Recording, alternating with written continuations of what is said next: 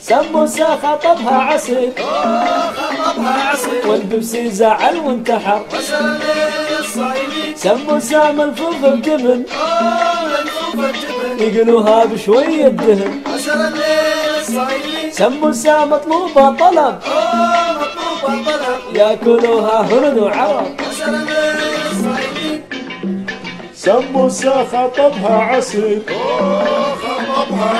والبيبسي زعل وانتحر.